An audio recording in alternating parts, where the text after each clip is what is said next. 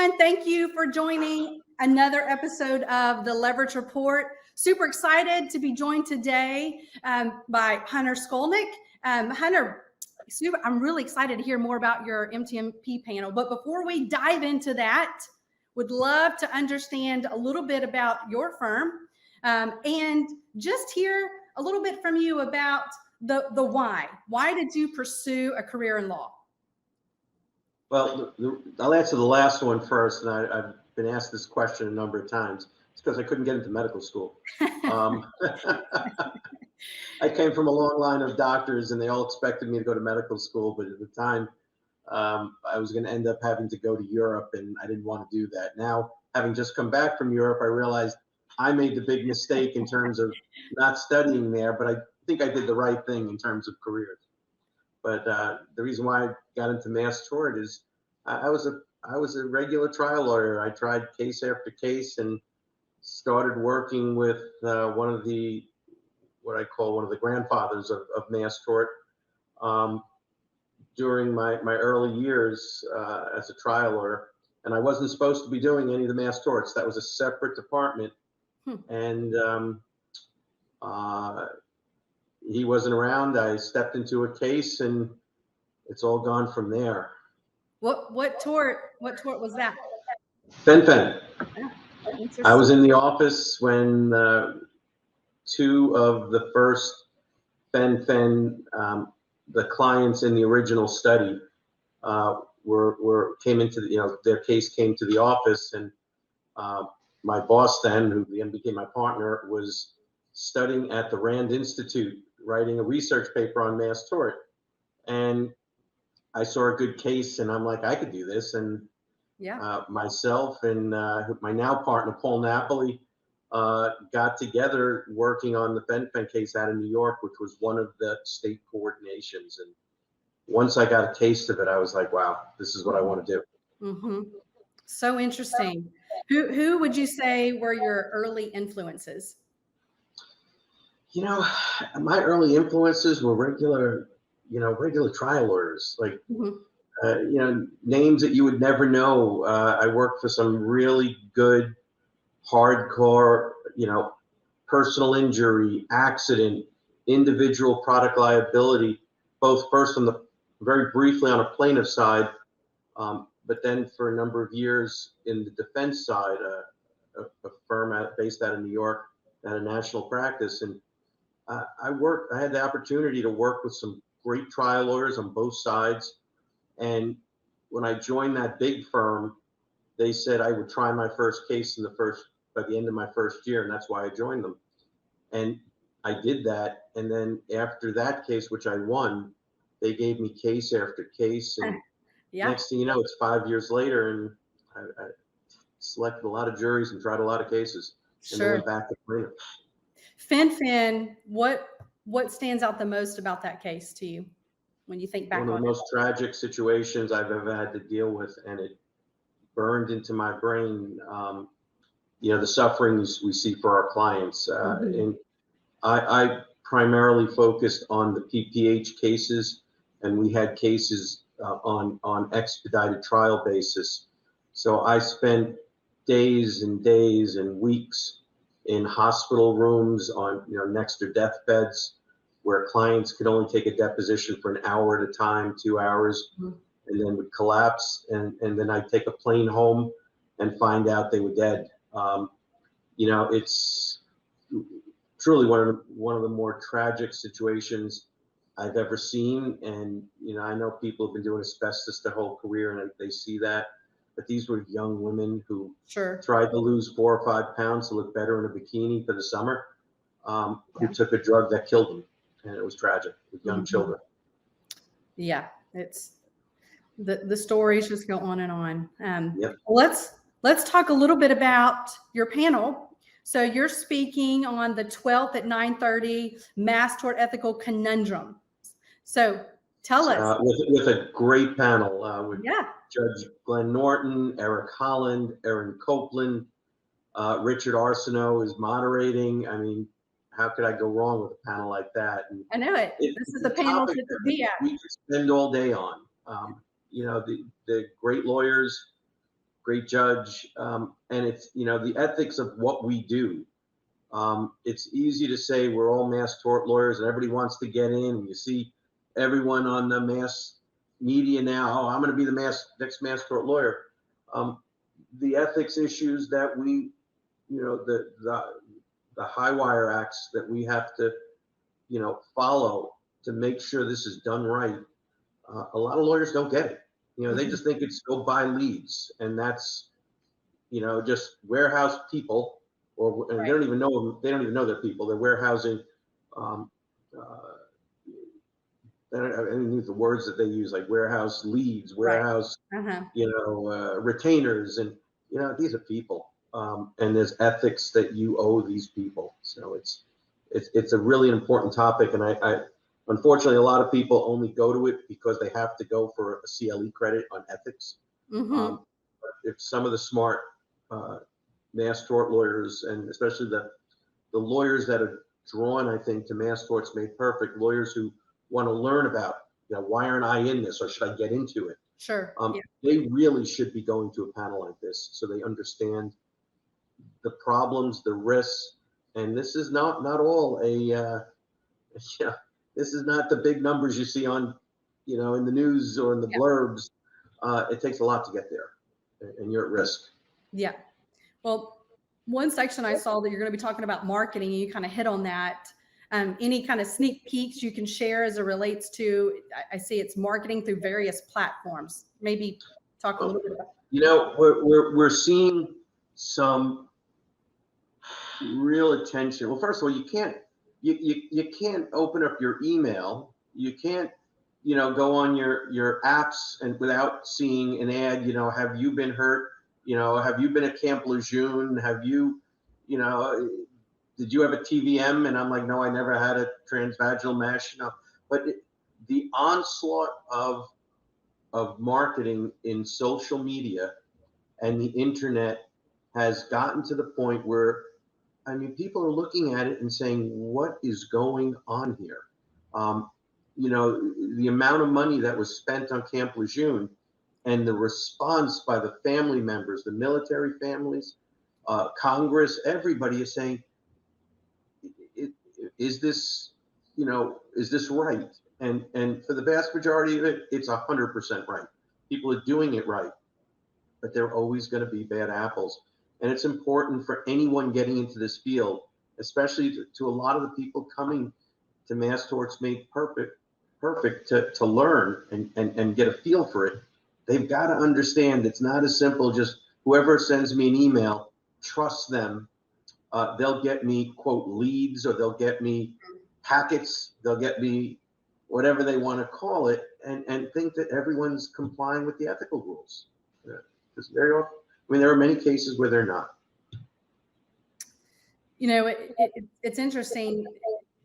I've been in this industry since 2015, working at cases, and there's always been bad actors. Why do you Absolutely.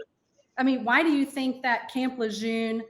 Why do you think we've seen such a spike in fraudulent claims and the bad actors simply with Camp Lejeune over the past? Well, I don't know if they're fraudulent claims. I don't want to say that. I just want to. I think the way I look at it as, whenever you hear government setting up a statute that's, quote, presumptive that people are going to get compensated, lawyers, rightfully so, should advertise and try to help these people. Sure. If anyone saw the settlement program that's been released and think that a non-legal person can properly process that settlement program, they're deluding themselves. If anyone in Congress is trying to say, look, we're giving them the money, they don't even need lawyers, let someone there sit down and try to figure that out. We spent a lot of time on it. So I don't believe it's that so much fraudulent. I think everyone realized there was a lot of potential plaintiffs. It was going to be a short turnaround litigation as opposed to the 4, 5, 6 year situations. The government is the deepest pocket in the world, as opposed to some company that's going to do a Texas two-step and bankrupt themselves to pay people 10 cents on a dollar. So I think it was right for a lot of advertising. I just don't think anyone expected the amount of money that people were able to funnel into it.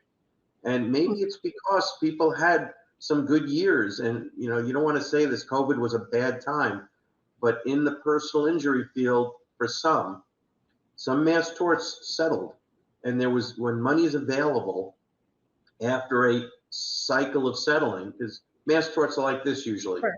There's high points and there's troughs. It's Yep. not always up here. Yeah. Sure. And there was money available from various sources, and we could talk about funding and hedge funds. I'm sure it's going to come up, but there's other panels on it. But there was a lot of money available, thinking it's a quick turnaround litigation, and there are people that have no idea what it means to process a mass tort, signing up hundreds of cases. Yeah. And it wasn't unexpected, I think. Mm-hmm. I just, some of the avenues that were taken, may have been questionable. And that's one of the things I think we're going to be looking at for years to come, where people accessing data they shouldn't have. And it's not just Camp Lejeune, it's in everything. There's Right. data out there. And that's one of the conundrums. If you're a lawyer just signing on with someone who you don't know is getting those cases for those clients, and they're accessing, data, HIPAA protected data or other type of protected data to get you these clients, or quote in their words, packets, you could be in a lot of trouble. So Right. that's one of the issues. Sure. It's certainly impacted all of us, for sure, over the past year. Turning to just MTMP, and you said something a minute ago about, people attending some of the panels because they need to get their CLE credits. But gosh, these panels just have, like you just called out. I mean, that's a great panel of folks that are going to be speaking. I guess just, thinking about those that are thinking, okay, which panels should I attend? What do you think attendees should hope to learn from these sessions? Well, I think Mass Torts Made Perfect, and Mike Papantonio, and the whole group have put together a just stellar array of programs. So it's not just, even though the name is Mass Torts, there's just so many variations on it, and outside of mass tort topics. And it also has provided a place for people to get together in our field to share ideas, whether or not it's in the panels themselves, but there are so many different ones. But when Richard asked if I would join this ethics panel, and there's been a couple recently that I've worked with them on, and with the group that we're talking about, in retrospect, I wish when I was younger and I went to the early days of Mass Torts Made Perfect, and back in the old days of the other conferences, you barely even went to the ethics ones. And it really is, we all think, you get past our ethics exam in law school and just let's go the straight and narrow, everything's okay. But there are such, big, there's problematic minefields in mass tort, and obtaining clients in the mass tort field, and properly working with your clients, and then the settlement issues, that they ought to be spending a lot more time at the ethics conferences, the ethics panels. And I hope people aren't doing it just to check a box, because if they're doing this, there's a bunch of ethics related panels that are going to be there, not just ours, that they should really be looking at.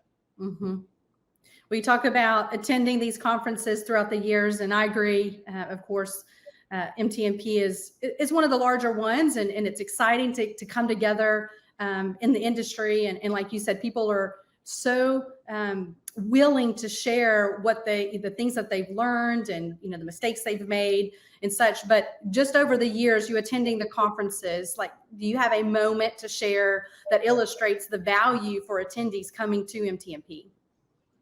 Well, what's real good about MTMP, it's not the get up there and say how much was my last verdict, how much was my biggest settlement. Most of the people you're seeing speaking on the various topics are sort of at the pinnacle of the different areas. And I don't mean I mean everybody They all are real specialists in what they're doing and saying, and they've been doing it a while. And I think all the panels, depending on what your practice is looking for, if I was looking to figure out how to market, there are some amazing marketing panels with people that have been doing it for decades now, and you know, can help you understand it. You know, you hate to use the word, but you know, you're gambling your money that you could be living on, or handling your old-fashioned practice. Right. If you're going to invest that kind of, you know, money that's going to affect your bottom line, go to these panels and listen to the different options and the different things. Likewise, if you're going to get into different mass torts, you know, you don't learn from a little blurb that you see coming across your social media screens or emails. You're going to hear from people that have worked the cases and understand that just because you're signing up a client in a mass tort case doesn't mean you're instantly getting paid. And when you hear of the settlement, you may have to wait another year or two before you see the money. Sure. And it's you should go there and listen to people before you start, you know, throwing money down, you know, black holes sometimes. Yeah. Well, go to the panels, listen to the experts. Like you said, the panels they have the experts there. Everyone is always available after the panel discussion if you have additional questions. But tell us about networking too, because that's a really that's a great value for people to come and network. Maybe share, you know, some of the strategies to maximize networking opportunities. And what do you enjoy most? One thing lawyers know how to do is network. Those of us in the mass tort field. No, but truly, that, you know, that's one of the things. When my long ago partner, when I first got into mass torts, really was big on, we got to go to conferences, speak, and not just to speak, but it's to meet with the other lawyers there and network. And the conferences were smaller.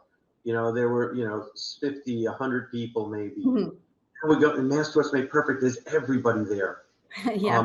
You can network with those of you that are in leadership on a case together, right, where we all know we're going to be there. Or you want to go meet someone whose name you've seen or you've heard, and you've heard they've been in this case, and you haven't been able to cross paths. You can do it there if you want. And the one thing I've always noticed is, if, you know, these people on the speaker panels are not hit and run, fly in, speak, leave.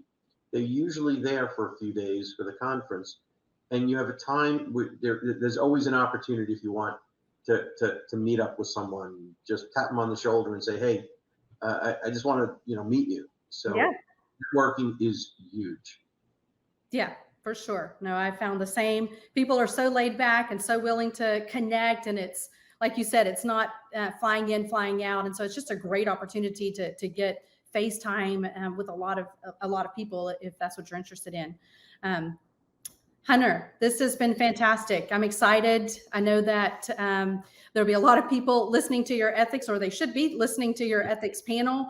We're just very grateful for your expertise, and thank you so much for taking time to share the insights, the value of attending MTMP, and then what your panel, some of the sneak peeks. So again, we really appreciate your time. Thank you so much for having me here, and I look forward to speaking with Judge Norton, Eric, Erin, and Richard at this, you know, at the panel. It's going to be good. Yep, it's going to be fantastic. Awesome. Thanks, Hunter. Thank you. You take care.